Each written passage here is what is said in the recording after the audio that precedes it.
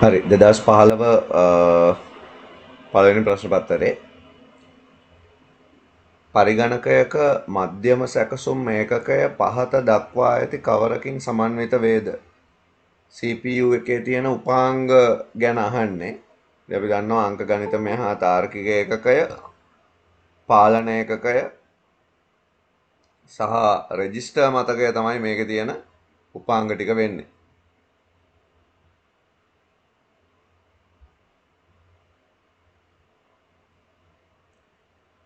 අන්තර්ජාලයට සම්බන්ධිත පරිගණක ජාලයක් මගින් ලැබෙන වාසියක් නොවන්නේ පහත සඳහන් දෑ අතරින් කවරක්ද? ගොනු උපස්ථ කරන්න පුළුවන් එක වාසියක්.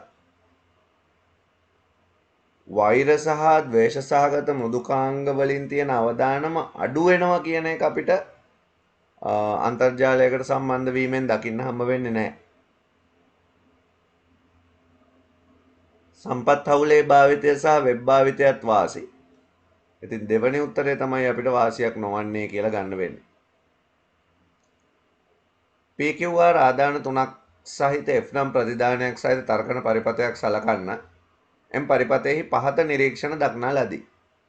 ඕනෑම එක් ආදානයක් එක නම් ඉතිරි ආදාන කුමක් වුවද ප්‍රධානය බිඳුව වෙනවා. දැන් ආදාන තුනක් තියෙනවා නම් PQR කියලා මේක අපිට 0.1.1.1.1.1.1.1.1.1.1.1 කියලා තමයි අවුට්පුට් එක බලන්න වෙන්නේ. එතකොට එයා කියන්නේ මේ මෙන්න මේ වෙලාවල් වලදී එකක් එක වෙලා තියෙන වෙලාවල් වලදී බිඳුව වෙන්න ඕනලු.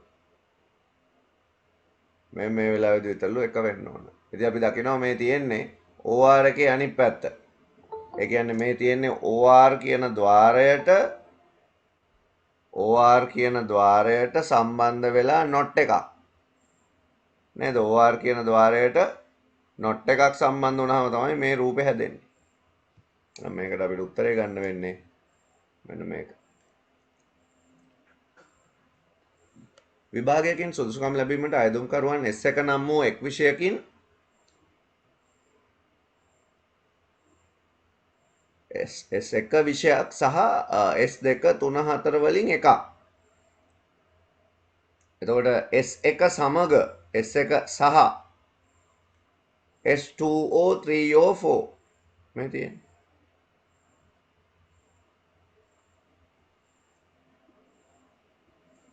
පහත දක්වන කුමන අෂ්ටක සංඛ්‍යාව දශමය 79 සංඛ්‍යාවට තුල්‍ය වේද?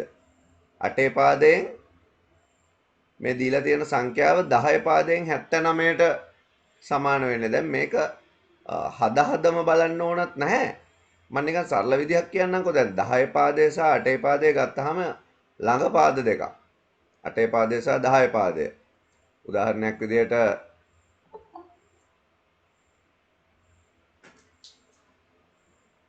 10 පාදයෙන්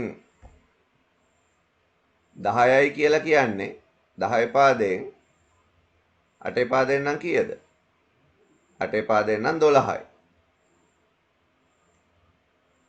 10 පාදයෙන් 100 කියලා කියන්නේ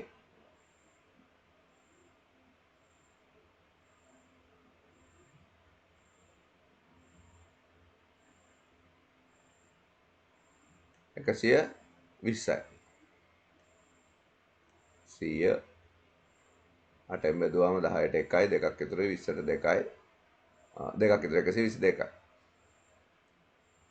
8 පාදේ. ඒ කියන්නේ අතරම කියනවා නම් මේ 10 පාදේ සහ 8 පාදේ අතර ළඟ සංඛ්‍යා තමයි පරිවර්තනය දකින්න හම්බෙන්නේ. දැන් මේ දීලා තියෙන උත්තර දිහා බලපු ගමන් මම කියන්න උත්සාහ කරන්නේ 79 කියන එක 7000 ගාණක් තරම් ලොකු වෙන්න බෑ. 1000 ගාණක් තරම් ලොකු වෙන්නත් බෑ. ඊට වඩා පොඩි වෙන්න ඕන. 100 ගණන් වෙන්න ඕන. හරියටම පරිවර්තනය කරලා බැලුවොත් ඉතින් 117 එන්න ඕන. මං කිව්වේ අර පරිවර්තනය නොකර මේක හිතා ගන්න පුළුවන්. 79 10 පාදයෙන් තියෙන එක 8 පාදයෙන් මේ 7000 1000 ගණන් වෙන්න බෑ. 700 ගණන් වෙන්නත් බෑ. ඉතින් නිවැරදි උත්තරය වෙන්න ඕනේ මේක. මම අර එහෙම බලන්න කියලා කිව්වේ ඔයගොල්ලන්ට. ඕක බෙද බෙද ඉන්නකොට යන වෙලාව අඩු කරගන්න පුළුවන්. කන්ෆර්ම් ඔය වගේ උත්තරයක්. ඉතින් අර දැන් උත්තරවල වැරදියට උත්තරයක් තිබ්බොත් එහෙම 117ත් නෙමේ නම් බැරි වෙලාවත් කියලා වාට සැක නැති කරගන්න තමයි 79 බෙදලා බලන්න වෙන්නේ. 8න් එතකොට 7ට නෑ 79ට 8 ඒවා 9යි 72ට ඉතුරුයි 7ක්. ආයෙ මේක 8න් බෙදුවම එකයි ඉතුරු එකක්. එතකොට 117යි. ඉතින් අර එකපාරම ඔයාලට සැකයක් නැතුවම දැනගන්න පුළුවන් මේ 7000 1000 ගණන් එන්න බෑ. 79 එක කිට්ටු සංඛ්‍යාවක් වෙන්න ඕන. පරිගණකයේ දත්ත ආචරණය කිරීම සඳහා පහත කුමන ආකාරයක් භාවිත වේද? පරිගණකයේ දත්ත ගබඩා කරන්නේ ද්විමය ආකාරයෙන්. පහත දක්වන කුමන දශමයේ සංඛ්‍යාව ද්විමය 1.1.1.1ට තුල්‍ය වේද? මේකේ 10 පාදයේ අගය අහන්නේ. ඒතර මේකේ 10 පාදයේ අගය වෙනවා නම් මෙතන 1යි 2යි 4යි 8 නෑ 16යි 32යි තියෙන්නේ. එතකොට 32යි 16යි 4යි 20යි 52යි 3යි 55යි. මේවට හදන ක්‍රම ලියලා පෙන්නන්න ඕනේ නැහැ නේ. ඉක්මනට කෙටි ක්‍රමයකින් හදාගන්න. මේ තියෙන සංඛ්‍යා ආරෝහණ පටිපාටියද ලියන්න කියලා තියෙනවා. ආරෝහණ පටිපාටිය කියලා කියන්නේ කුඩා සංඛ්‍යාවේ ඉඳලා විශාල සංඛ්‍යාවට.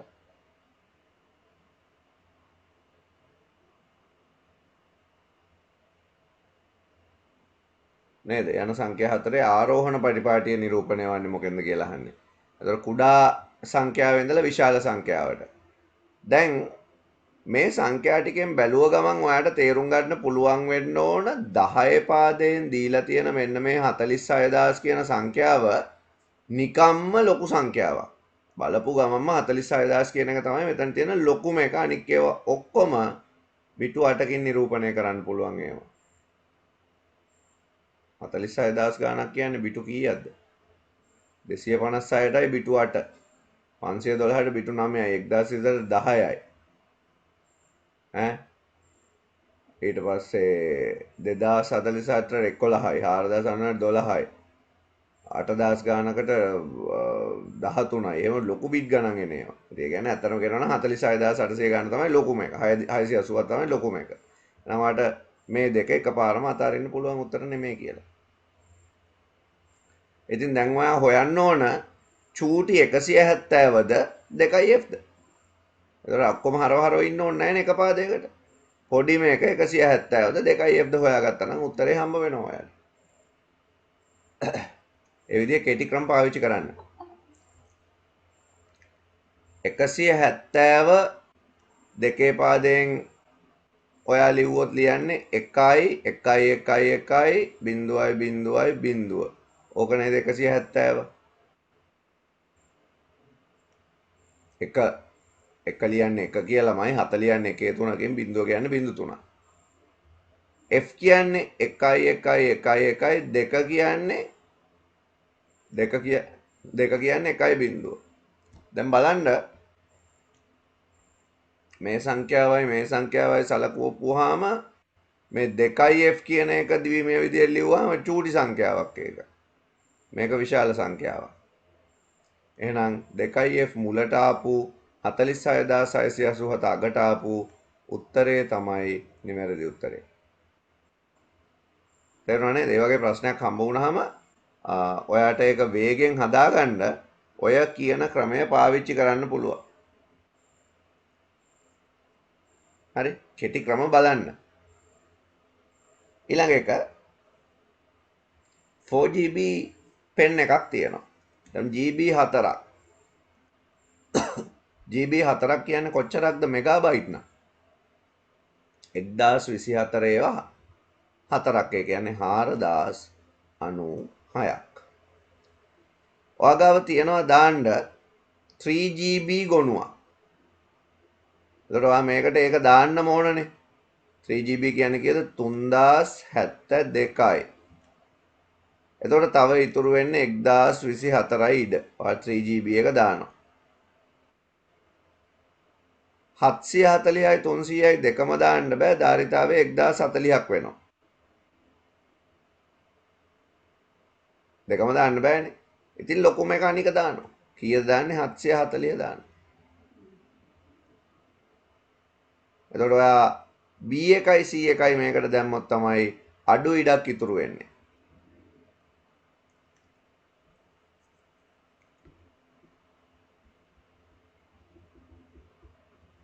මෙහෙයුම් පද්ධති මෘදුකාංගයක ප්‍රධාන කාර්යයක් වන්නේ ඔපරේටින් සිස්ටම් එක සාමාන්‍යයෙන් මොනවද කරන්නේ? සමර්පණයක ඇති අක්ෂර පරීක්ෂා කිරීම. සමර්පණයක් කියලා කියන්නේ ප්‍රසන්ටේෂන් එකක් මේ PowerPoint එකේ අකුරු බලනවද මෙහෙයුම් පද්ධතිය නෑ. ලේඛනයක ඇති වචන බලනවද නෑ. දෘඩාංග කළමනාකරණය කිරීම මෙහෙයුම් පද්ධතියක ප්‍රධාන කාර්යයක්. විද්‍යුත් තැපැල් ලිපි යැවීම ලබා ගැනීමත් යෙදවුම් මෘදුකාංගවල කාර්යයක්. ඉතින් නිවැරදි උත්තරේ තුන්වෙනි එක. පද්ධති සංවර්ධන ජීවන චක්‍රයේ අඩංගු ක්‍රියාකාරකම් කීපයක් දීලා තියෙනවා. මේවා පෙළ ගස්සන්න ඕන හරි පිළිවෙලට. දැන් අපි දන්නවා සාමාන්‍යයෙන් පද්ධතියක නඩත්තුව තමයි අන්තිමටම යන්නේ. එහෙනම් අගට D ආපු උත්තරයක් හරියන්න එපා. එහෙනම් අපි මේ දෙන්නම අයින් කරනවා. දැන් බලන්න ඕන පටන් ගන්න A වලින්ද පටන් ගන්න E වලින්ද. අනික ඒවා වැඩක් නැහැ අපිට. තේරුණා නේද? ඉක්මනට මේ උත්තරේ හොයාගන්න ඕන. අපි බලනවා A වලින්ද පටන් ගන්නෙ E වලින්ද පටන් ගන්නෙ. පද්ධති සංවර්ධනය කරන්න කලින් ගැටලු අර්ථ නිරූපණය කරගන්න ඕන. ඒ කියන්නේ E වලින් පටන් ගන්න උත්තරේ තමයි හරියන්න ඕන.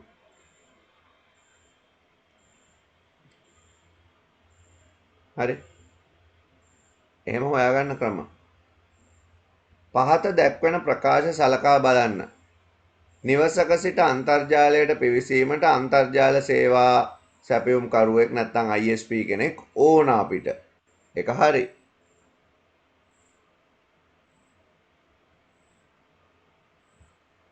අන්තර්ජාලයේ පවතින සෑම සේවාදායක පරිගණකයක් සඳහාම අනන්‍ය ලිපිනයක් තිබිය යුතුය. ඔව් හැම සර්වර් එකක්ම අඳුරගන්නේ අනන්‍ය ලිපිනයකින්. ඈඳුම් කළ හැකි උපරිම ගොනු විශාලත්වය නොඉක්මවන ඕනෑම ගොනුවක් විද්‍යුත් තැපැල් ලිපියකට ඈඳුම් කළ හැක. දැන් මේ ඈඳුම් කළ හැකි උපරිම ගොනු විශාලත්වය කියන්නේ මොකද්ද? අපි කෙනෙකුට ඊමේල් එකක් යවනකොට මේ ඊමේල් එකට ඇටච් කරන්න පුළුවන් ෆයිල් සයිස් එකක් තියෙනවා. සාමාන්‍යයෙන් මේක ඊමේල් මෘදුකාංගයක් දෙන්නේ MB 25ක් වගේ. ඊට වඩා ලොකු ඒවා ඊමේල් එක හරහා යවන්න බැරි හින්දා ඈඳුම් කළ හැකි උපරිම ගුණ විශාලත්වය නොඉක්මවන ඕනෑම එකක් මේකට ඈඳුම් කරන්න පුළුවන්. හැබැයි කෙනෙකුට තර්ක කරන්න පුළුවන් මේක ඊමේල් එකකට අපි මීට වඩා ලොකු එකක් දැම්මොත් Google කියන සර්විස් එකෙන් මොකද කරන්නේ? එයාගේ drive එක enable කරලා මේක drive එකට upload කරනවා ගොනුව. upload කරලා drive එකේ link එක email එකත් එක්ක යවනවා. එතකොට download කරන කෙනාට ගන්න පුළුවන්. එහෙම වෙන්නේ මේ Gmail ලගේ cloud service එකක් තියෙන හින්දානේ. Gmail ලගේ Google drive එක තියෙන හින්දා Google ලට ඒ වැඩේ කරන්න පුළුවන්. හැබැයි email service දෙන්නේ Google විතරක් නෙමෙයිනේ තව අය ඉන්නවා. දැන් අපේ පෞද්ගලික ඊමේල් සර්වර් එකක් තිබ්බොත් එහෙම අපිට ওই වැඩේ කරන්න හම්බෙන්නේ නැහැ. ඒතකොට අපිට කියන්න වෙනවා කස්ටමර්ට ඉඩමදි. ඔයා වෙන කොහෙට හරි අප්ලෝඩ් කරලා link එක යවන්න කියලා කියන්න වෙනවා. Google ලට වගේ කරන්න බෑ. ඉතින් ඈඳුම් කළ හැකි උපරිම ගොනු විශාලත්වය නොඉක්මවන ඕනෑම ගොනුවක් විද්‍යුත් තැපැල් ලිපිනයකට ඈඳුම් කළ හැකි කියන උත්තරේ එහෙම ගත්තාම සලකන්න පුළුවන්. ඒකින්ද මේ උත්තර තුනම හරි කියලා ගන්නකොට තමයි අපිට මේකට හරි උත්තරයක් දකින්න හම්බ වෙන්නේ. මම අර කිව්වේ කෙනෙකුට තර්ක කරන්න පුළුවන් නෑ එහෙම ප්‍රමාණයක් නෑ ඕන ප්‍රමාණයක දත්තයක් යවන්න පුළුවන් කියලා කෙනෙකුට කියන්න පුළුවන්. එහෙම යන්නේ අර මම කලින් කියපු විදිහට. Google එකෙන් වගේ නම් ඒක සාධාරණයි. හැම පොදුවේ ගත්තාම හැම ඊමේල් එකකට මේක ගැන අපිට එහෙම කියන්න බෑ. ඉතින් ඒකින්ද නිවැරදි උත්තරේ 4 වෙනි එක කියලා ගත්තොත් තමයි හරියන්නේ. මට මතක විදිහට ඔය අවුරුද්දේ පළවෙනි එකටත් ලකුණු දීලා තිබුණා. පාද සඳහන් ගොනු නාම දිගු සලකා බලන්න. ODT. මොනවද මේ ODT කියන්නේ? Open Document Text. ඒ කියන්නේ ඔය LibreOffice, OpenOffice වගේ ඒවාන් සේව් කරන Word format එක. DOCX කියන්නේ DOC කියන්නේ දෙක Microsoft Office වල. RTF කියන්නේ මොකද්ද? RTF කියන්නේ WordPad එකෙන් සේව් කරන ගොනු. Rich Text Format. WordPad එකෙන් සේව් කරොත් ඕවා. ඉතින් Word වලට අදාළව මේ හතරම වළංගුයි. වදන් සැකසුම් මෘදුකාංග වලට අදාළව මේ හතරම වළංගු දිගු නැත්නම් එක්ස්ටෙන්ෂන් කියලා අපි කියනවා.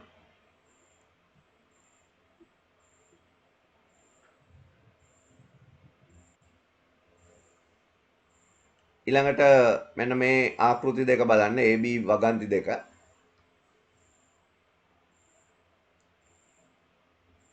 මේක අන්ඩර්ලයින් වෙලා ඉටලික් වෙලා තියනවා කියලා අපිට පේනවානේ.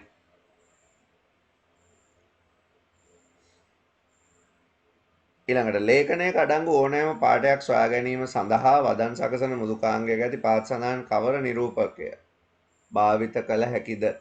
සෙවීම සඳහා මේ තියෙන සෙවීම සඳහා භාවිත කරන එක.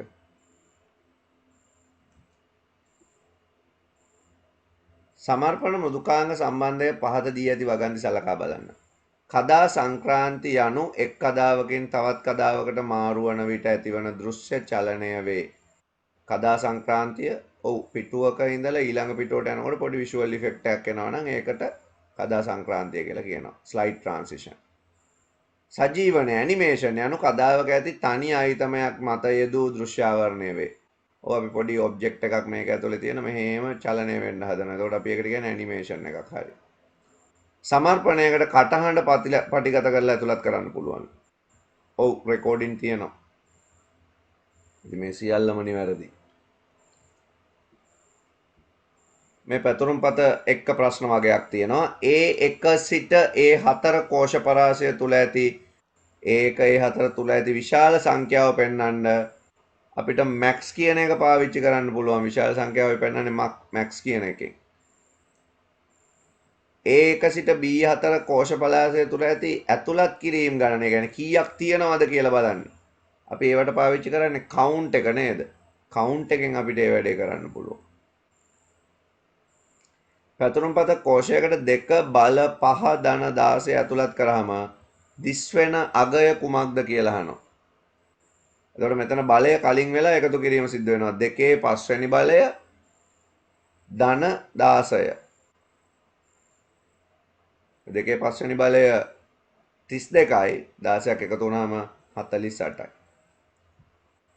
පහත පෙන්වා ඇති HTML ප්‍රකාශ මෙතන තියෙන්නේ definition list එක. එතකොට coffee යටතේ hot drink, milk යටතේ cool drink. මොනවත් මුල සංකේත තියෙන්න බෑ මේ වගේ. මෙන්න මේ වගේ උත්තරයක් වළංගු උත්තරේ. වගුවක් නිර්මාණය කරලා තියෙනවා ටේබල් එකක් බෝඩර් එක කරලා. හරි ඉතින් බෝඩ් එක හැම එකෙම පේනවනේ.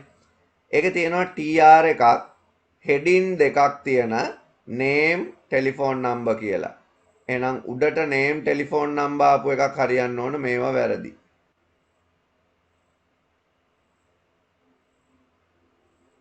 ඒක යටතේ name යටතේ ගුණරත්න telephone number එකක් තියෙන්න ඕන. row දෙකක් එකතු කරලා සෝමසුන්දරම් telephone number දෙකක් තියෙන්න ඕන. එතකොට සෝමසුන්දරන්ට තමයි telephone number එක දෙක තියෙන්නේ. එක වැරදි තුන්වෙනි උත්තරේ හරි. මොකද රෝස් පෑන් වෙලා තියෙන්නේ සෝමසුන්දරම් කියන එක. වගුවකට පේලියක් එකතු කරන්න පාවිච්චි කරන්නේ HTML වල මොකද්ද? පේලියක් එකතු කරන්නේ අපි TR වලින්. TD වලින් දත්ත ඇතුළත් කරන්නේ, TH වලින් මාතෘකා ඇතුළත් කරන්නේ. අංකිත ලයිස්තුවක් දර්ශනය කිරීම සඳහා භාවිත කරන්නේ මොකද්ද? අංකිත ලයිස්තුවක් හදන්නේ අපි මොකෙන්ද? OL වලින්, order list.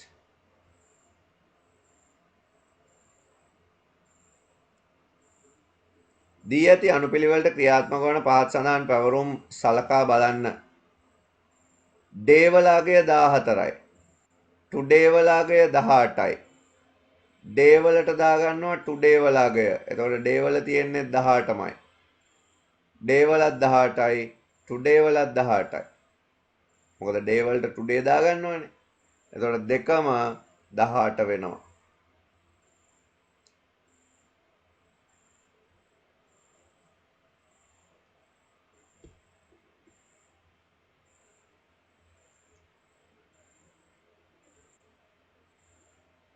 පොත් වගුවක් සහ පබ්ලිෂර් වගුවයි සම්බන්ධක වගුවයි තියෙනවා. පොත් වගුවේ යුනිට් ප්‍රයිස් සඳහා වඩාත්ම යෝග්‍ය දත්ත ප්‍රරූපය මොකක්ද කියලා අහනවා. දැන් යුනිට් ප්‍රයිස් මේකේ තියෙන ඒවා හැටියට නම් මේවා කරන්සි පාවිච්චි කරලා නැහැ වගේ. මේක යහන්නේ වඩාත්ම යෝග්‍ය වන දත්ත ප්‍රරූපයකින්ද කරන්සි කිව්වට කමක් නැහැ. නමුත් මේකේ කරන්සි අගයක් පෙන්වන්නේ නැති හින්දා නම්බර් කියලා කිව්වත් මේකට හරි උත්තරයක් ලකුණු ගන්න පුළුවන්. ඔකට ලකුණු දෙකටම ලකුණු දීලා තිබුණා. කරන්සි වුණත් නම්බර් වුණත් හරි. කරන්සි එකක් නම් ඕක 250යි මෙහෙම තියෙන්න ඕන. බුක් වගුවේ ප්‍රාථමික අතුර සඳහා වඩාත්ම යෝග්‍ය වන්නේ බුක් වගුවේ ප්‍රාථමික අතුර බුක් ID එකනේ. නේද? වෙන මොකුත් ගන්න හම්බ වෙන්නේ නැහැ අපිට. ආගන්තුක යතුරකට උදාහරණයක් වන්නේ පහත සඳහන් කවර ශේෂ්ත්‍රයක්ද? ආගන්තුක යතුරක්. බලන්න ආගන්තුක යතුරක් වෙන්නේ මොකද්ද? බුක් පබ්ලිෂර් වගුවේ බුක් ID එක හරි බුක් පබ්ලිෂර් වගුවේ පබ්ලිෂ් ID එක හරි. මේ තියෙන්නේ බුක් පබ්ලිෂර් වගුවේ බුක් ID එක දෙක.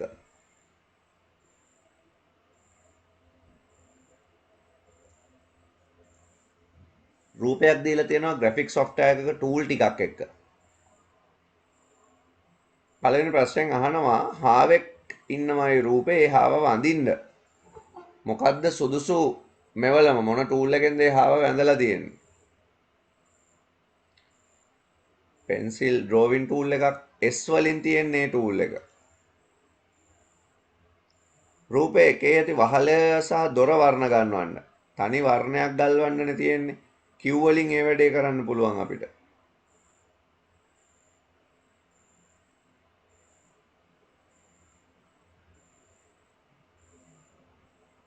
ප්‍රතිබිම්බ සංස්කරණ මෘදුකාංග භාවිතයේ ප්‍රතිබිම්බයක තිබෙන නිසියාකාරයේ හැඩයක් නොමැති පෙදෙසක් තේරීම සඳහා භාවිත කරන්නේ කවර මෙවලමක්ද?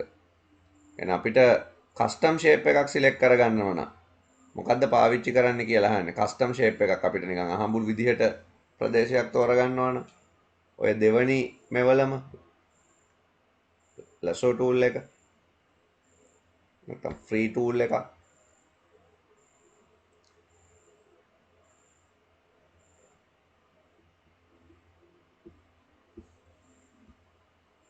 දෙක PPI විභේදනයක් සහිත අඟල ප්‍රමාණයේ පවතින ප්‍රතිබිම්බයක අඩංගු පික්සල් ප්‍රමාණය කොපමණද? 72ක් PPI නැත්නම් DPI කියන්නේ අඟල පින්තූරයක මේ පැත්තට තිත් 72ක් තියෙනවා. එහෙනම් මේ පැත්තටත් තිත් 72ක් තියෙන්න ඕන. එහෙනම් 72 වැඩි කිරීමේ 72 ප්‍රමාණයක් පික්සල් තියෙනවා. ඒ කියන්නේ පික්සල් 5184ක් තියෙන්න ඕන. පරිගණක පද්ධතියකට වෛරස් ආසාදනයක් නිසා ඇතිවිය හැකි අනිසි ප්‍රතිඵලයක් වීමට නොහැක්කේ කවරක්ද? මේකේ පොඩි ගැටලුවක් තියෙනවා. දැන් ඕගොල්ලොන්ගේ වෛරස් වලින් සිද්ධ වෙන දේවල් වලට අච්චු පොතේ තිබ්බා පරිගණක දෘඩාංග වලට හානි සිද්ධ වෙන්න පුළුවන් කියලා. ඉතින් මේකේ අපිට උත්තරයක් විදියට ගන්න වෙන්නේ ඒකමයි. පරිගණක දෘඩාංග වලට හානි සිදුවීම වෙන්න බෑ. සාමාන්‍යයෙන් වෛරස් වලින් පරිගණක දෘඩාංග වලට හානි සිද්ධ වෙනවා. ඉතාම අඩුයි. වෙන්න බෑ වගේ නිකන්. හැබැයි සමහර වෛරස් හින්දා පරිගණක මතකය වගේ උපාංග වලට හානි සිද්ධ වෙන්න පුළුවන්. මතකය නැවත කියවිය නොහැකි තත්ත්වයට පත් කරන්න පුළුවන් වෛරස් තියෙනවා. ඉතින් ඒකයි දෘඩාංග වලට හානි සිදු වෙනවා කියලා අච්චුපතේ තියෙන. නමුත් මෙතන උත්තරයක් නෑ එහෙම අපිට ගන්න. ඉතින් ඒ හින්දා පරිගණක දෘඩාංග වලට හානි සිදුවීම තමයි වෙන්න බැරි අවම වශයෙන් අපිට ගන්න පුළුවන් උත්තරේ. වෛරස් ආසාදනයකින් පරිගණකය ආරක්ෂා කර ගැනීම සඳහා ගත හැකි සුදුසු ක්‍රියාමාර්ග පහත සඳහන් දෑ අතරින් කවරක්ද? අපේ කම්පියුටරේ වෛරස් එකක් එනවා නම් අපිට ඒක පරිස්සම් කරගන්න වෛරස් වලින් විද්‍යුත් ලිපි ඇඳුම් දැඩි අවධානයකින් විවෘත කරන්න ඕන. අපිට ඊමේල් එකක් එනවා නම් මොනවා හරි යමුනලා අපි ඒක පොඩ්ඩක් පරිස්සමෙන් බලන්න ඕන. මොකද මේක කවුද ඒවලා තියෙන්නේ මොනවද ඒවලා තියෙන්නේ වගේ දේවල් බලන්න ඕන. බාහිර ආචාර්ය උපක්‍රම කියන්නේ පෙන් වගේ දේවල් හයි කරනකොට පරිස්සම් වෙන්න ඕන. සහ මේ මෘදුකාංගවල ඇති සාර්ව පහසුකම මැක්‍රෝ ෆැසිලිටි කියලා කතා කරාම අපිට මෙන්න මේ විදිහට කතා කරන්න පුළුවන්. කොහොම වුණත් මැක්‍රෝ කියන පහසුකම ගොඩක් වෙලාවට පරිගණක ආශ්‍රිතව අපිට කතා කරන්න වෙනවා ඔය ප්‍රෝග්‍රෑමින් වලදී එහෙම. මේ මැක්‍රෝ කියන පහසුකම පාවිච්චි කරාම මේ අර ඕකේ සාමාන්‍යයෙන් ඕකේ සරල අදහස නිකන් දිගට තියෙනවා කියන අදහසක් ඔය මැක්‍රෝ කියන එකේ තියෙන්නේ. කොහොම වුණත් මේ මැක්‍රෝ කියන පහසුකම් එක්ක අපිට පුළුවන් මේ සමහර ප්‍රෝග්‍රෑම් කෝඩ් වල තියෙන සංකීර්ණ බව අඩු කරගන්න. ඒ කියන්නේ පරිගණක භාෂාවකින් කේත ලියද්දි මැක්‍රෝ පාවිච්චි කරලා ප්‍රෝග්‍රෑමර්ස්ලා කෝඩ් පුංචි කරගන්නවා. බිග් බ්ලොක් කෝඩ් එකක් ස්මෝල් බ්ලොක් කෝඩ් එකක් විදිහට කන්වර්ට් කරගන්නවා. ඉතින් ඒකට මැක්‍රෝ පහසුකමෙන් කෙටි ක්‍රම පාවිච්චි කරන්න පුළුවන්. නමුත් මේ කෙටි ක්‍රම පාවිච්චි කරලා අපි සමහර මෘදුකාංග නිර්මාණය කරාම ඒවට තියෙන ආරක්ෂාව ඒවා හැක් වෙන්න තියෙන ගතිය වැඩි වෙනවා. ඉතින් ඒක මැක්‍රෝ ක්‍රමය පාවිච්චි කරලා ඔය සොෆ්ට්වෙයාර් ලියනකොට ඒකේ යම්කිසි අවදානම් මට්ටමක් තියෙනවා කියලා අපිට කියන්න පුළුවන්. ඒකින්ද අපි මැක්‍රෝ පාවිච්චි කරන්නේ නැතුව මේ මෘදුකාංග නිර්මාණයට යොමු වෙනවා නම් හොඳයි වගේ එකක් තමයි සාමාන්‍යයෙන් කතා කරන්නේ. මැක්‍රෝ කියන්නේ අපි කෙටියෙන් සමහර කේත වෙනස් කරගන්න දේ. එක තාක්ෂණික ක්‍රම ගැන කතා කරනවා. ඉතින් මේකට ඇත්තටම මේ මැක්‍රෝ පහසුකම ගැන ඕගොල්ලන්ට කොහෙවත් සිලබස් එකේ කතා වෙලා නැහැ. ඉතින් ඒකයි උතන තියෙන ගැටලුව. කොහොම වුණත් මේ තියෙන ක්‍රම තුනම පද්ධතිය ආරක්ෂා කරගන්න පාවිච්චි කරන්න පුළුවන් හොඳ ක්‍රම තුනක්. පරිගණකයක් මිලදී ගැනීමේදී පහත සඳහන් කවරක් සලකා බැලීම ප්‍රයෝජනවත් වේද? අපි කම්පියුටරයක් ගන්නකොට බලන්න ඕන ප්‍රධාන දේවල් මොනවද? ඇත්තටම පරිගණකය වෙළඳ නාමය ගැන අපි සැලකිලිමත් වෙන්න ඕනද? ඔව් අපි බලනවානේ බ්‍රෑන්ඩ් එක මොකද්ද කියලා.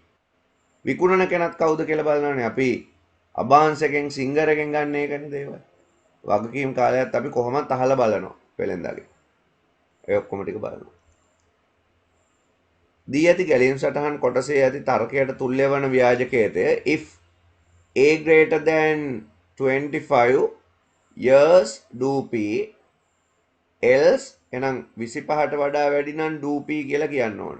25ට වැඩි නම් do p කියලා කියන්නේ මේකේ කියන්නේ ඒක අයින් කරනවා. එහෙම නැත්තම් ඒ කියන්නේ else නම් 10ට අඩු නම් කියලා කියන්න ඕන.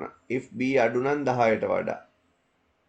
මේකෙත් තියෙන්නේ 10ට වඩා. මේකේ වැඩි නම් 10ට වඩා කියලා තියෙන්නේ නේද? ඒක වැරදි. වැඩි නම් ඔව් do q වෙන්න ඕන. මෙයා කියන්නේ do r කියලා. එහෙනම් එයා වැරදි. do q වෙන්න ඕන. එහෙනම් පළවෙනි උත්තරේ හරි. 1 සිට 10 දක්වා වූ සුචි පරාසයක් සමග මාක්ස් නම් වූ අරාවක සිසුවෙකුගේ විෂයන් 10ක ලකුණු ආචාර්ය කර ඇත.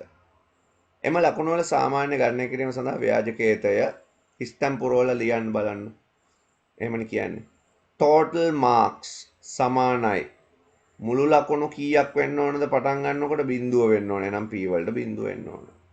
I equal 1 to 10 total marks වලට එකතු වෙන්න ඕන marks i එක. average mark වලට total mark බෙදීම අපි බෙදන්න ඕන i වල අන්තිමට තියෙන අගයෙන් බෙදුවා නම් හරිනේ. එතකොට marks for i මෙතන ටෝටල් මාක්ස් වලට මාක්ස් වල i එකතු වෙන්න ඕන. p q වලට මොකක්ද එන්න ඕන? එතකොට i එන්න ඕන.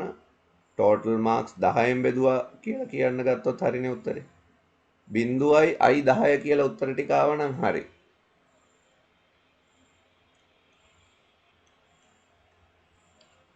පටන් ගන්නකොට මුල් ලකුණු 0යි i එකේ ඉඳලා 10 වෙනකන් මාක්ස් i වල ලකුණු එකතු වෙන්න ඕන ටෝටල් වලට.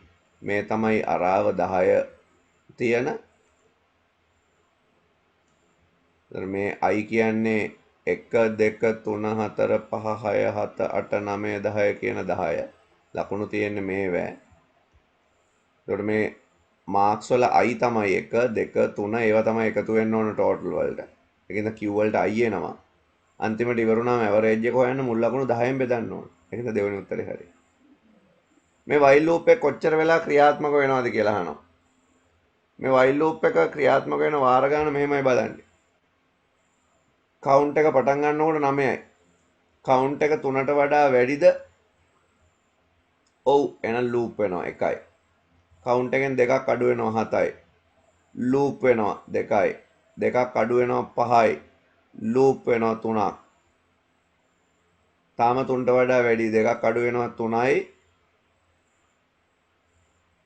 ලූප් වෙනවා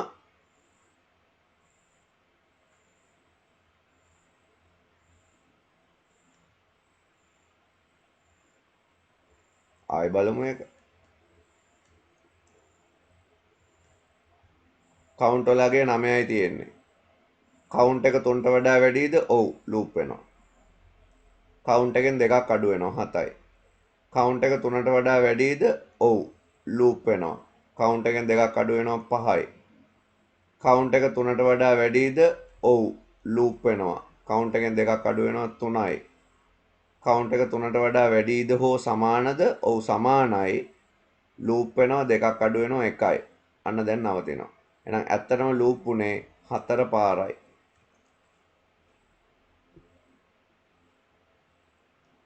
පහත දැක්වෙන ව්‍යාජකේත කොටස සලකා බලන්න.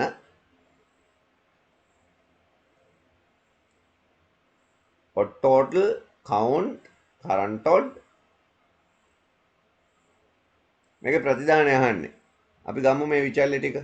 odd total එක මම OT කියලා ගන්නම් 0යි. count එක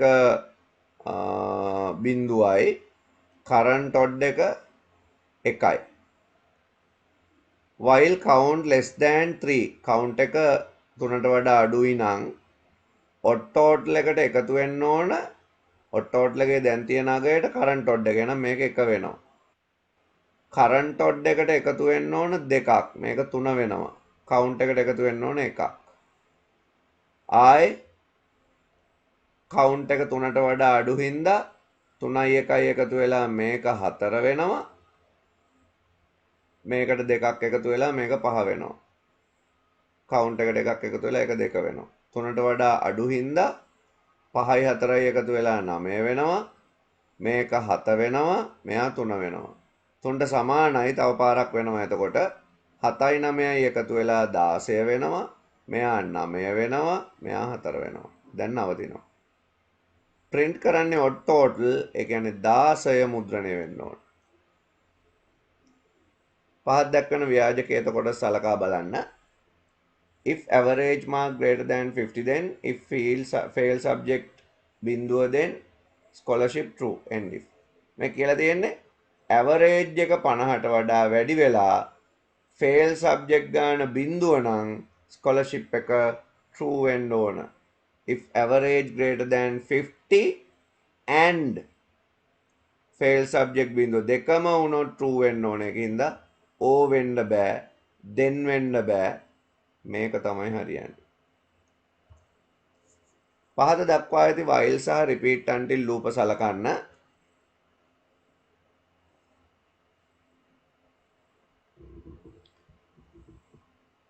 මේ දෙක රන් වුණාම එන උත්තරේ මොකක්ද කියලා අහන්නේ. බලමු අපි. පළවෙනි එක. A වල අගය 1යි, count A වල අගය පටන් ගන්නකොට 1යි.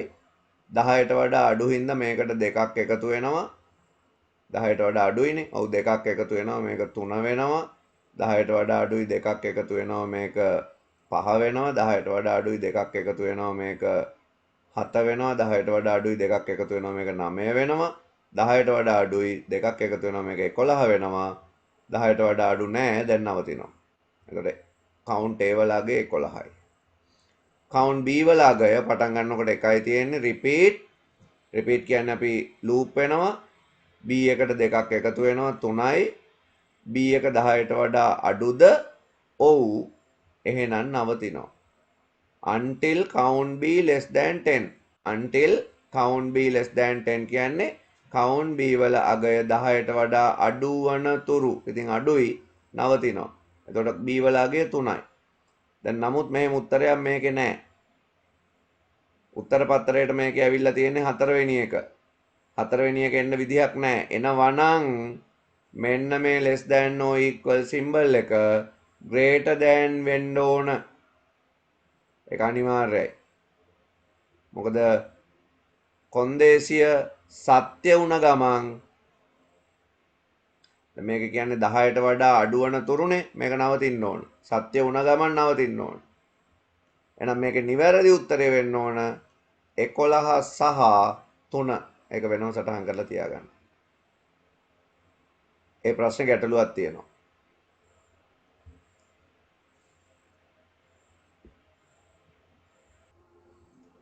right. අපි ඊළඟ කොටසට එමු. දෙවැනි පේපර් එකේ පළවෙනි ප්‍රශ්නේ අනිවාර්ය ප්‍රශ්නේ. ප්‍රධාන දුම්රිය මාර්ගයක් X හා Y නම් සමාන්තර දුම්රිය මාර්ග දෙකක් හරහා යයි. කෝච්චි පාරක් හරහාට පාරක් තියෙනවා. මේ කෝකෙන් කෝච්චියක් ආවත් X වලින් ආවත් Y වලින් ආවත් ඇලාම් එකක් වදින්න ඕන. ඒතර මේ තර්කය නිරූපණය කරන්න සත්‍යතා වගුව. බිඳුව කියන්නේ කෝච්චියක් එන්නේ නැහැ. එක කියන්නේ කෝච්චියක් එනවා. එහෙනම් මේ වෙලාවේ සීනුව වදින්නේ නැහැ. මේ හැම වෙලාවෙම සීනුව වදින්න ඕන. බූලියන් බීජගණිතයේ මූලික නීතියක් වනුයේ x ධන x dash සමානයි 1. ආදාන දෙකක් සහිත OR ద్వාරයක් සහ not ద్వාරයක් භාවිත කර මේ නීතිය ඔප්පු කරන්න පරිපතයක් අදින්න වෙනවා. ඉතින් මේක අදින්න x මේක x එහෙනම් මේ තියෙන්නේ x dash ප්ලස් නම් මේ දෙක OR එකක් කරා එළියට එන්න ඕනේ. ඒ තියෙන්නේ OR එකක් අඳින්න එකක් x කරලා අනික x dash කරලා.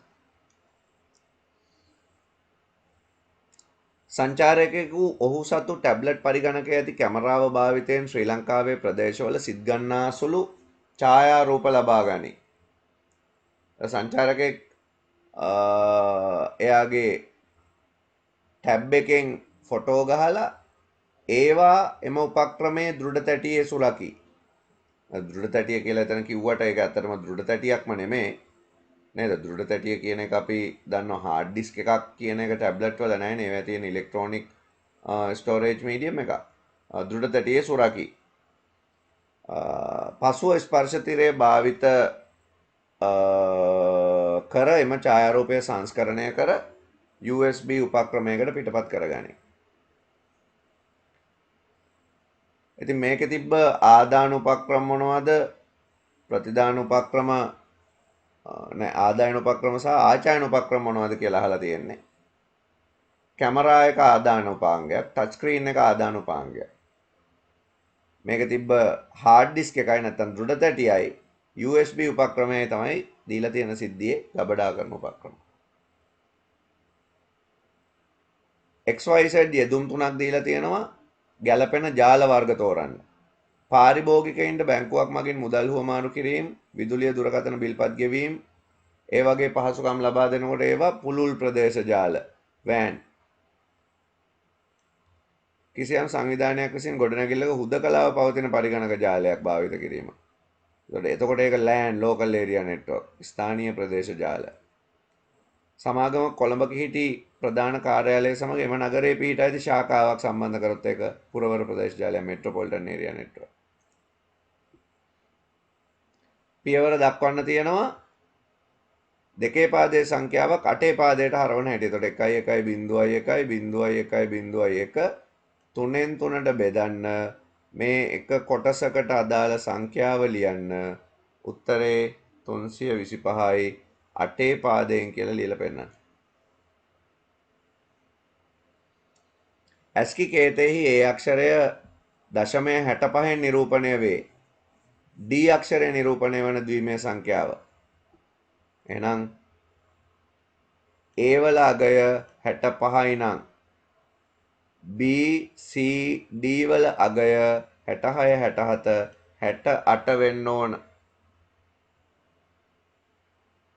68 නිරූපණය කරන්නේ 64යි 32යි 16යි 8යි 4යි 2යි 1යි. ඔයා 68 දෙකේ පාදයට හරවලා ලියන්න. මං ඉක්මනට හැදුවට 68 දෙකෙන් බෙදාගෙන ගිහිල්ලා එන උත්තරය තමයි මේ තියෙන්නේ.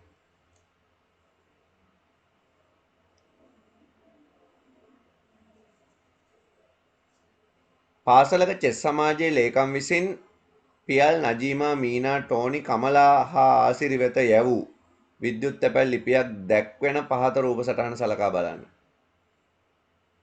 බලන්න ඒකේ 2cc bcc ඔප්ෂන් තුනක් තියෙනවා. 2 ප්‍රධාන ලබන අය, cc කාබන් පිටපත් ලබන අය, bcc කියන්නේ අර බ්ලයින්ඩ් කාබන් කොපි හම්බ වෙන කට්ටිය. අනික අයට පේන්නේ නැතුව යවන අය. ඉතින් මේකේ සත්‍ය අසත්‍යභාවය ප්‍රකාශ කරන්න තියෙනවා වගන්ති හතරක. මෙම ලිපිය ආසිරිට යවලා තියෙනවා කියලා කමලා දකින්නවලු. කෝ ආසිරි? ආසිරි ඉන්නේ මෙතන. කෝ කමලා? කමලා ඉන්නේ මෙතන. නෑ මේ දෙන්නට දෙන්න පේන්නෙත් නෑ. ඒකින්ද මේක අසත්‍යයි. ෆෝල්ස් කියමුකෝ. මෙම ලිපිය පියල්ට සහ ආසිරිට යවා ඇති බව මීනා දකි. මෙම ලිපිය පියල්ට මීනා දකිනවා. ඔව් පියල්ට යවලා කියලා මීනා දකිනවා. ආසිරිට යවලා කියලා මීනා දකින්නේ නැහැ. එහෙනම් ඒක ෆෝල්ස්. ආසිරිට ඒ කියන්නේ මේ BCC වල ඉන්න අය අනික කාටවත් පේන්නේ නැහැ එච්චරයි. මෙම ලිපිය මීනට යවා ඇති බව ටෝනි දකි. ඔව්. අනික අය හැමෝටම පේනවා. මේක සත්‍යයි. මෙම ලිපිය නජීමාට යවා ඇති බව පියල් දකි. ඔව් ඒවත් හරි. පේන්නේ නැත්තේ කමලවයි ආසිරිවයි විතරයි.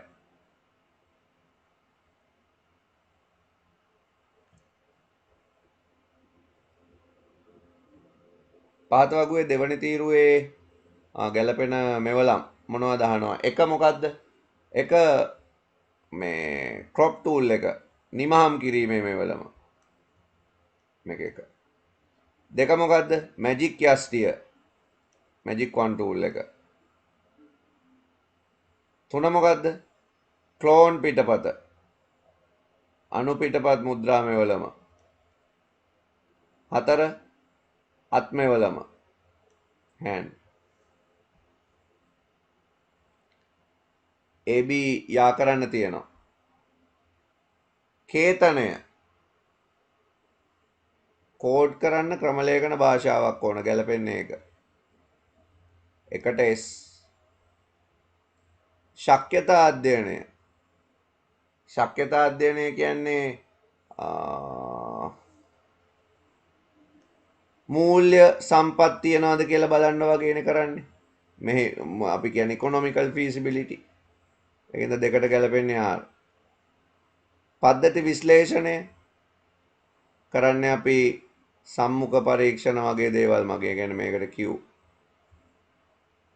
පද්ධති සැලසුමේදී අතුරු මුහුණත් සැලසුම් කරගන්නවා එහෙනම් 4ට P.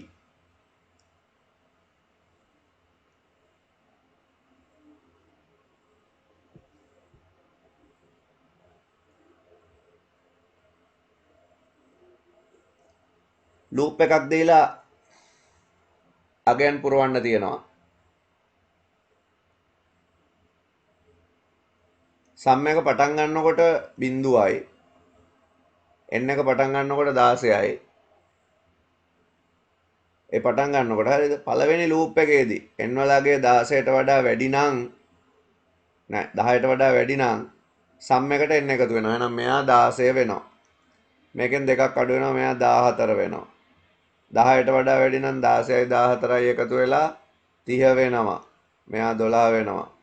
10ට වඩා වැඩි නම් 30යි 12යි එකතු වෙලා 42 වෙනවා. මෙයා 10 වෙනවා. 10ට වැඩි හෝ සමානනේ. ඒ කියන්නේ තව පාරක් 10යි 42 එකතු වෙලා 52 වෙනවා. මෙයා 8 වෙනවා.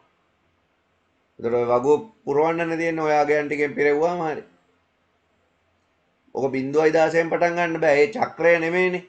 ඒ චක්‍රයට කලින් ඒ කියන්නේ ලූප් වෙන්න කලින් ඒ අගය තියෙන්නේ. ඊට පස්සේ තමයි ලූප් වෙන්නේ. හරි. එතකොට මේ ප්‍රශ්න 10ට ලකුණු 20ක් තමයි සාමාන්‍යයෙන් හම්බ වෙන්නේ.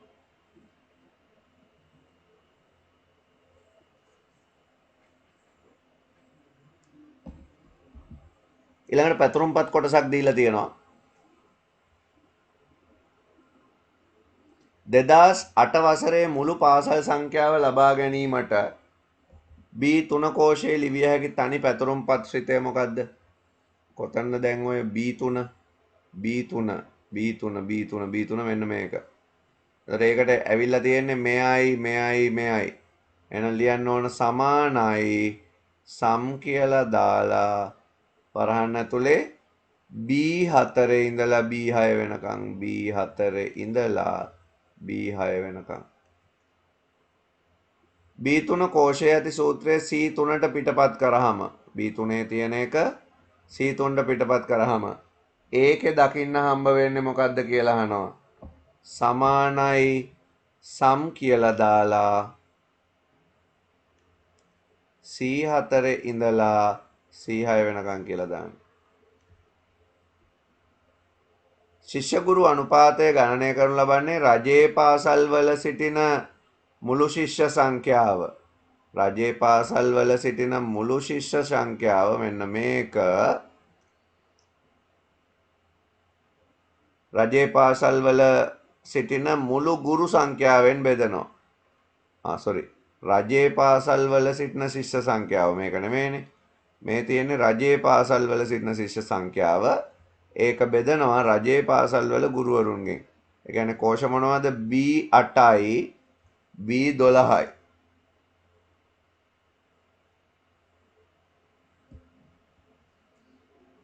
සමානයි B8 බෙදීම B12.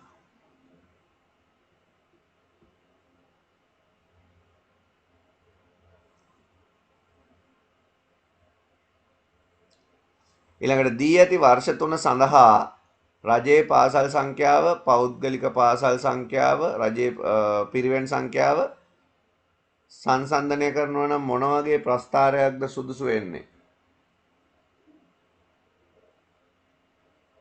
ස්තම්භ ප්‍රස්ථාරයක් නැත්නම් තීරු ප්‍රස්ථාරයක්, කොලම් chart, bar chart.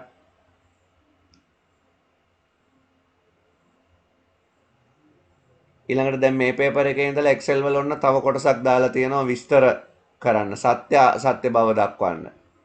ප්‍රශ්න පොඩ්ඩක් දිග කරලා තියෙනවා නේද? සූත්‍රයක් යාබද කෝෂ පරාසයකට පිටපත් කිරීමට ඔටෝෆිල් පහසුකමක් පාවිච්චි කරන්න පුළුවන්ලු. ඔව් ඒක සත්‍යයි. සත්‍ය කියලා ලියන්න ඕගොල්ලෝ. කෝෂයකට ඇතුල් කරන පාඨයක පුරුදු වගේ ලෙස ස්වයංක්‍රීයව දකුණට පෙළ ගැසේ. දකුණට නෙමෙයි වමට එකෙල්ල වෙන්නේ ඉබේම. දකුණට වෙන්නේ ඉලක්කම් කරොත්. ඒක අසත්‍යයි. පැතුරුම් පතක මුද්‍රිත පිටපතක කෝෂමායිම් දිස්වීමට සැලසිය හැක. අපිට ඕනනම් කෝෂමායිම් දිස් කරන්නත් පුළුවන්. ඕනනම් කෝෂමායිම පේන්නේ නැති වෙන්න print කරන්නත් පුළුවන්. පැතුරුම් පතක මුද්‍රිත පිටපතක කෝෂමායිම් දිස්වීමට සැලසිය හැක කියන ප්‍රකාශනය සත්‍යයි. පැතුරුම් පතක පේලි සහ තීරු සැඟවිය හැක. ඒකත් සත්‍යයි. අපිට සම්පූර්ණ කොටු ටික පේන්නේ නැති කරලා සුදු කොලයක් වගේ කරන්න පුළුවන්. control home යතුර එකට තද කිරීමෙන් සැරිත්ත කර්සර් එක සැරිත්ත A1 කෝෂයට ගමන් කරයි. ඒකත් සත්‍යයි. control page up වලින් මීළඟ වැඩපතට යවෙයි. ඒක වැරදි. මීළඟ වැඩපතට නෙමෙයි යන්නේ. ඊළඟ ස්ක්‍රීන් එකට. ඒ කියන්නේ අපිට දැන්ට ඩිස්ප්ලේ වෙලා තියෙන ස්ක්‍රීන් එකෙන් යට ටිකට යනවා.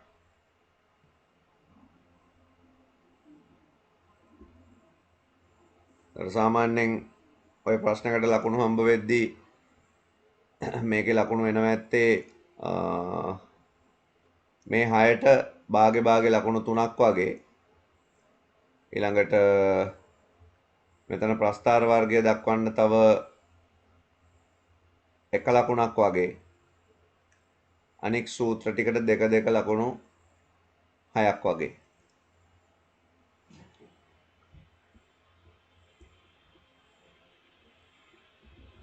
XYZ ස්පෝර්ට් යනු විවිධ සැපයුම්කරුවන් විසින් සපයනු ලබන ක්‍රීඩා වාහන විකුණන වෙළඳසැලකි.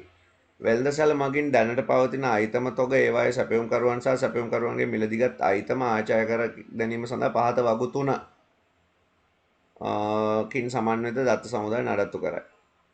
ප්‍රාථමික අතුරු ශේෂ්ත්‍ර දෙකක් වගුවල නම් එක්ක පෙන්වන්න කියනවා.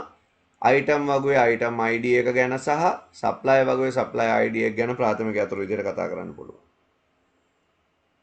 අනිවාර්යයෙන් වගුවේ නම ලියන්න ඕන. වෙළඳසැල විසින් ටෙනිස් බෝල් නම් නව ආයිතමයක් එකතු කිරීමට තීරණය කරන ලදු ඒවයින් ඒකක 30ක් රීටා නම් සැපයුම්කරුවගෙන් ගත්තලු. එතකොට මොන වගුද යාවත් කාලන කරන්න ඕන? අලුත් භාණ්ඩයක් ටෙනිස් බෝල් කියන්නේ ඒකින්ද අයිටම් වගුව යාවත් කාලන කරන්න ඕන. රීටා ඉන්නවා. රීටා කියන්නේ ඉන්න සප්ලයර් කෙනෙක්. පර්චේස් වගුව යාවත් කාලන කරන්න ඕන. ඒ රෙකෝඩ් ලියලා පෙන්නන්න කියනවා. එතකොට ඔයා ලියන්න ඕන P.5 වගුව ඇඳලා ලියන්න ඕන. මම එදත් කිව්ව මතක ඇති. අපි වගුවේ කොටස අඳින්න මෙහෙම ඇඳලා වගුවේ item ID, item name, stock කියලා දාලා P.5 ටෙනිස් බෝල් 30ක් කියලා දාන්න. ඒ වගේම purchase වගුවටත් ඒ අදාළ දිනේ දාලා 22/9 S.2 රීටා P.5 item එක 30ක් ගත්තා කියලා දාන්න. පාරිභෝගිකයෝ වොලිබෝලයක් සහ පිත්තක් මිලට ගනි. මේ සඳහා යාවත් කාලන කළ යුතු වගු මොනවාද? පාරිභෝගිකයක් මිලදී ගන්න එක මෙතන පර්චේස් වගුවේ නෑ. මේ තියෙන්නේ ආයතනය මිලදී ගත්ත එක ගැන. පාරිභෝගිකයෙකුට වික්කනම් ඒක තියෙන්න ඕන සේල්ස් වගුවක. ඒක මේකේ නෑ. ඉතින් ඒකින්ද දැනට අයිටම් වගුව විතරක් යාවත් කාලන කරාම ඇති. ඒ රෙකෝඩ් ලියලා පෙන්නන්න කියනවා. ඒතර P.4 වොලිබෝල් 9 වෙන්න ඕන. P.2 බැට් 24 වෙන්න ඕන. අද මේකටත් ලකුණු 2 10න් ගන්න.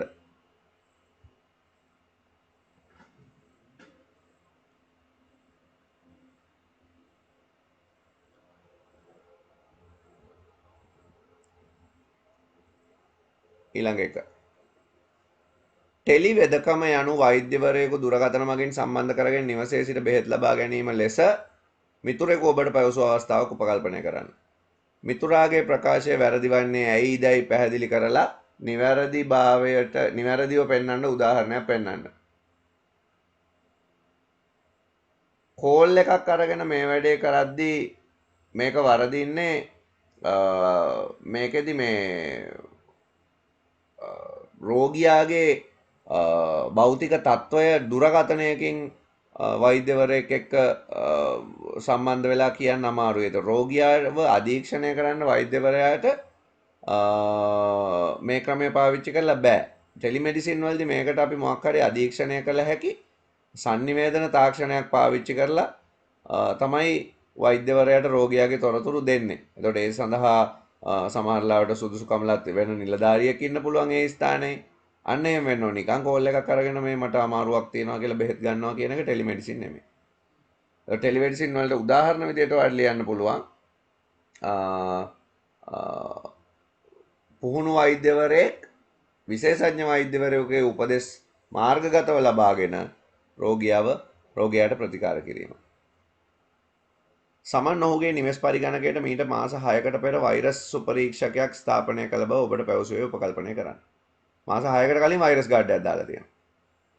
එයා කියනවලු එයාගේ කවදාවත් ඉන්ටර්නෙට් තිබිලා නැහැ ගෙදර. එයාගේ කම්පියුටරේ ආරක්ෂිත නැහැ කියලා කියන්න ඔයාට තියෙන උදාහරණ මොනවද? මාස 6කට කලින් ස්ථාපනය කළ වෛරස් ප්‍රතිවෛරස් මෘදුකාංගය යාවත් කාල වී නොතිබීම. අප්ඩේට් වෙලා නැහැ. යාවත් කාල වී නොතිබීම. තොරතුරු පද්ධතියක ආචාර්ය කර ඇති පෞද්ගලික තොරතුරු භාවිතයෙන් සම්බන්ධයෙන් එක් සදාචාරාත්මක මතවාදයක් පැහැදිලි කරන්න. පෞද්ගලික තොරතුරු පිළිබඳ සදාචාරාත්මක නොවන ක්‍රියාවකට උදාහරණයක් ඔබේ පිළිතුර ඇතුළත් විය යුතුයි. අපේ තොරතුරු කවුරු හරි කෙනෙක් හොරකම් කරනවා නම් අපේ පරිගණකයේ ගබඩා කරලා තියෙන තොරතුරු කවුරු හරි කෙනෙක් පිටපත් කරගන්නවා නම් අවසරයකින් තොරව එහෙම නැත්නම් තොරතුරු පද්ධතියක තියෙන තොරතුරු අවසරයකින් තොරව වෙන කෙනෙකුට දෙනවා නම් තුන්වෙනි පාර්ශවයකට ඒවා සදාචාරාත්මක නොවන ක්‍රියාවල් විදිහට සලකන්න පුළුවන්. උදාහරණයක් විදිහට ලියා ගන්න ආයතනයක සේවකයින්ගේ තොරතුරු ඔවුන්ගේ අනුදැනුමකින් තොරව වෙනත් පාර්ශවයකට ලබා දීම.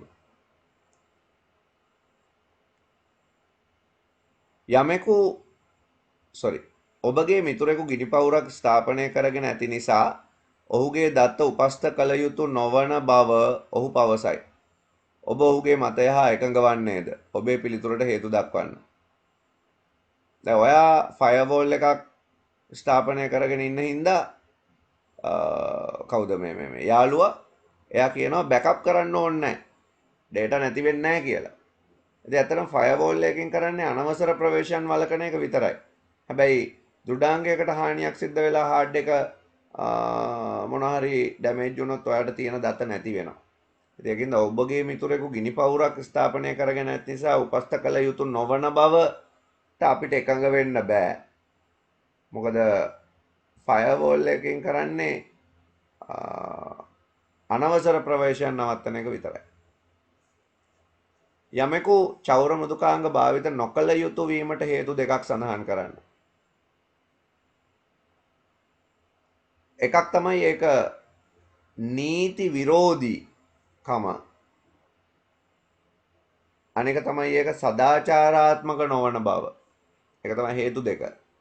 එතකොට ගැටලුව තමයි මෙවැනි චෞර මෘදුකාංග මගින් පරිගණකයට අනිෂ්ට මෘදුකාංග නැත්නම් වෛරස් වැනි දෑ ඇතුළත් විය හැක.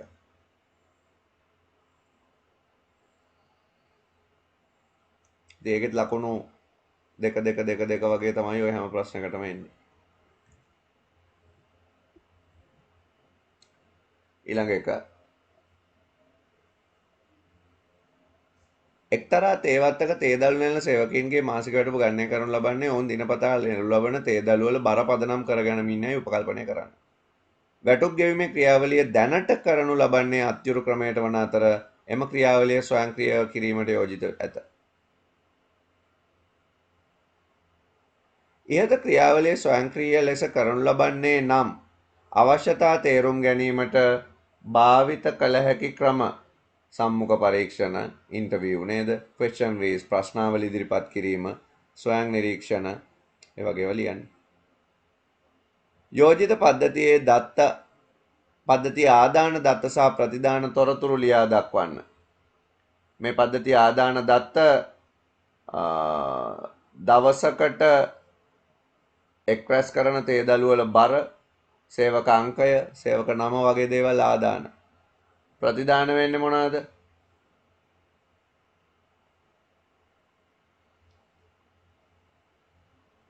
ප්‍රතිදාන තොරතුරු මොනවාද මේකේ?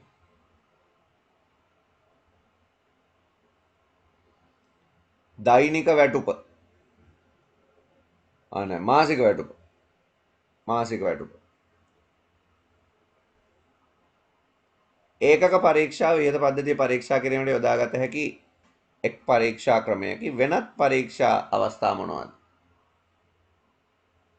පද්ධති පරීක්ෂාව, සමස්ත පරීක්ෂාව, එකඟතා පරීක්ෂාව, අලුතින් සංවර්ධනය කරන ලද මෘදුකාංග ස්ථාපිත කිරීම සඳහා සමාන්තර ක්‍රියාත්මක කිරීම හෝ ඍජු ක්‍රියාත්මක කිරීම අනුගමනය කළ හැක. ඔබ විසින් භාවිත කරනු ලබන්නේ කුමන ක්‍රමයද ඔබගේ නිර්දේශයට හේතුවක්?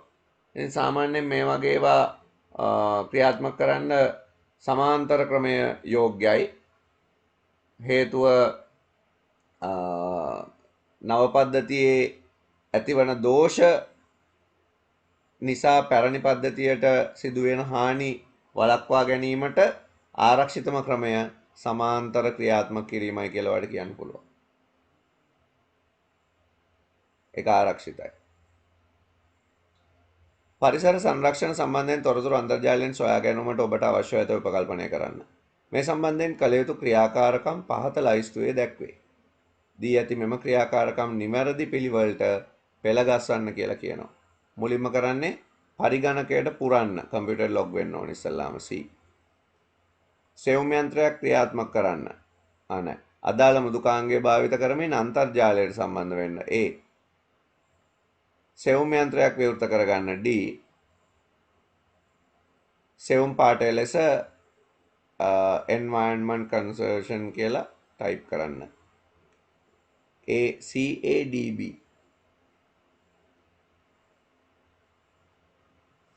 ලකුණු ඒත් ඒකට එනවත් ඇත්තේ දෙක දෙකම තමයි.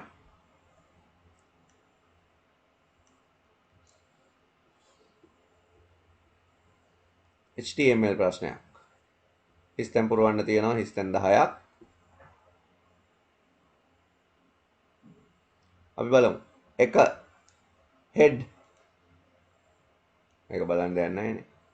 2 බලන්න බොඩි එකේ පටන් ගන්නකොටම ඔක්කොම මැදට කරලානේ තියෙන්නේ. එතන 2 සෙන්ටර් වෙන්න ඕන. 3 මේ ලොකු වචනයක් මේක H1 වෙන්න ඕන 3. 4 IMG නේ. 4 IMG. 5 මෙන්න මේ හරහට තියෙන ඉර 5. එහෙනම් 5 HR. 6 පැරග්‍රාෆ් එකක් පටන් අරන් තියෙන හින්දා 6 P. all those there are no කියලා තියෙන එක පැරග්‍රාෆ් එකක්. 7 5 simple way කියලා තියෙන එක තව heading එකක් කලින් එකට වඩා පොඩි. ඉතින් කලින් එක H1 ඉඳන් මේක අපි H2 දාමු 7 H2. 8 circle list එකක්. circle කියන්නේ UL එකක්. 9ට එන්න ඕනේ LI. 10 HREF. ලකුණු භාගේ ලකුණු 5ක් ඒ ටිකට ගන්න පුළුවන්.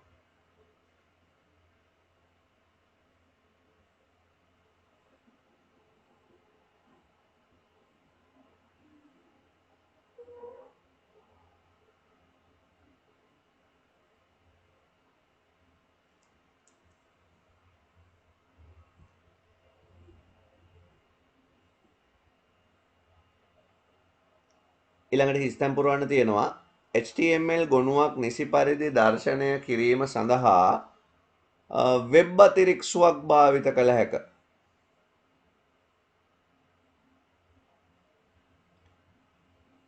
වියමන් ගොනුවක් කියන්නේ වෙබ් පිටුවක් කියන එක ඔය වියමන් ගොනුවක් කියලා කියන්නේ. වෙබ් එකේ තියෙන එක ගොනුවක් URL එකෙන් අඳුන ගන්න පුළුවන්. මේක B. මේක A. මේක B. HTML ගොනුවක් නිර්මාණය කිරීමට හිස්තැනක් භාවිත කළ හැක. HTML ගොනුවක් නිර්මාණය කරන්න ඔයාලට වෙබ් සංස්කරණ මෘදුකාංගයක් භාවිත කරන්න පුළුවන්. මේක C නැත්නම් 3. ආයතනයක් හා බැඳුණු සියලු අධිමාධ්‍ය ලේඛන වෙබ් සේවාදායකයක තියෙන්න පුළුවන්. සර්වර් එකේ තියෙන්න පුළුවන්. මේක D 4. ප්‍රතිසම සංඥා සංඛ්‍යාංක සංඥා බවට පරිවර්තනය වෙන්නේ මොඩම් එකෙන්. මේකට 5. එතනටත් ලකුණු 5යි එක එක.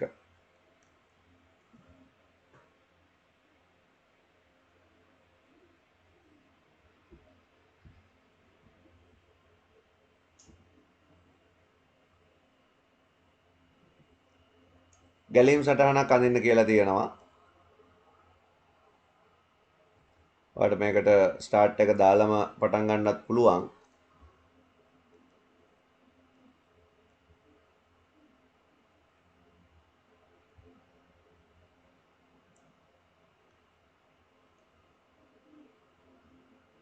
start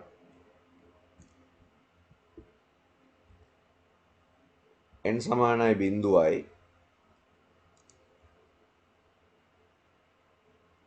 ඒ විචල්්‍ය නාම ඒ විදිහටම පාවිච්චි කරන්න කියලා තියෙනවා. ඒකෙන්ද ඒ විදිහටම ලියන්න ඕන. දැන් while එක ගන්න තිබුණේ while n 1000ට වඩා අඩුයි. නම් මෙතන ලියනවා while එක අපි ලියමු is n කුඩායි 1000 years මෙහෙට ගමු. මොනවද ඊළඟට කරන්න ඕන? get admission number get number of date. එහෙනම් අපි input නැත්තම් get කියන වචනේ පාවිච්චි කරමු. input admission number and date මෙතනටම දාමු. admission number එකයි date එකයි input කරනවා. days නේද? days number of days ඒ වචනේම ඕන. ඊට පස්සේ තව තීරණ කොටුවක්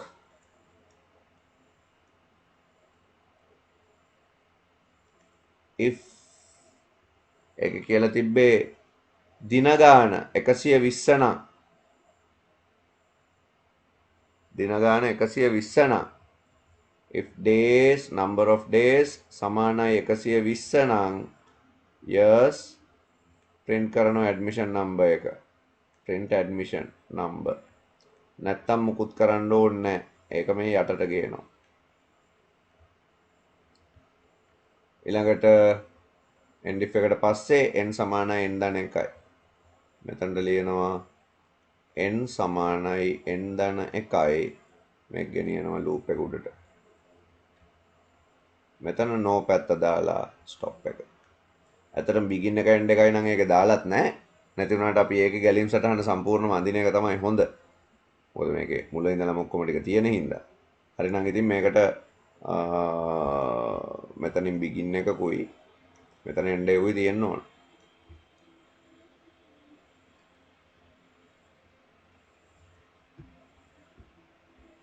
ඔන්න ගැලීම් සටහන.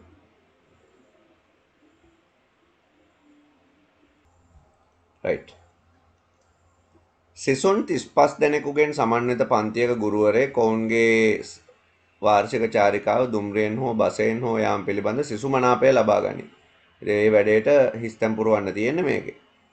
සුදුසු පද ඔබේ පිළිතුර සඳහා විචල්්‍ය නාම භාවිත වේ නම් ඒවා ප්‍රශ්නයේ දී ඇති පරිදිම වෙන්න ඕන. ගැටලුවක් නැහැ. ඒක දීලා තියෙනවනේ වචන. හරි. ඒ වලට ට්‍රේන් කවුන්ට් එක 0යි බස් කවුන්ට් එකත් ඉතින් පටන් ගන්නකොට 0යි.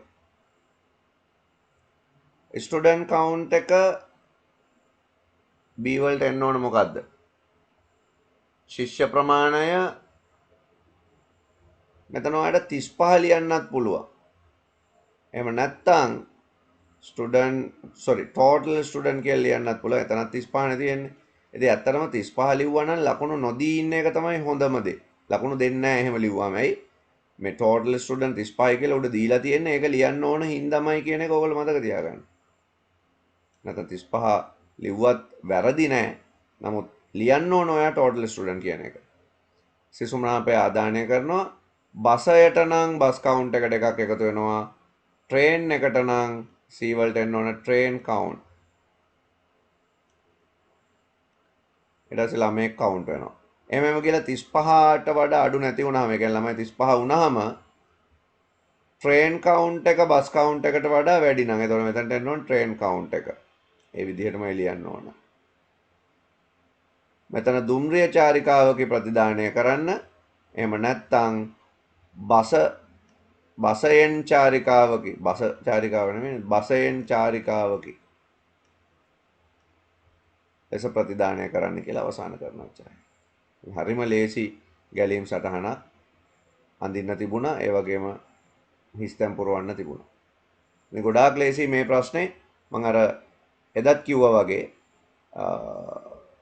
මෙන්න මේ 4 වෙනි සහ 5 වෙනි ප්‍රශ්න තෝරගන්නවට වඩා ඊටාම කෙටියෙන් උත්තර ලියන්න පුළුවන් 6 වෙනි 7 වෙනි ප්‍රශ්න දෙකට. අතාරින ප්‍රශ්න දෙක විදිහට 4යි 5යි තෝරගන්නවා නම් ගොඩක් හොඳයි කියන එකයි මේ පේපර් එක හැටියටත් මගේ අදහස. හරි ඉතින් එතකොට මේකට ලකුණු ගැන බැලුවොත් මෙතන හිස්තැන් 5යි හිස්තැන් 5යි A B C D E ලකුණු 5යි ඒ හිස්තැන් පහට සහ මේ ගැලීම් සටහන ඇඳපු එකට ඉතුරු ලකුණු 5. ඉතින් ඔය විදිහට තමයි මේ පේපර් එකේ සෙකන්ඩ් පේපර් එක අපිට කතා කරන්න පුළුවන්.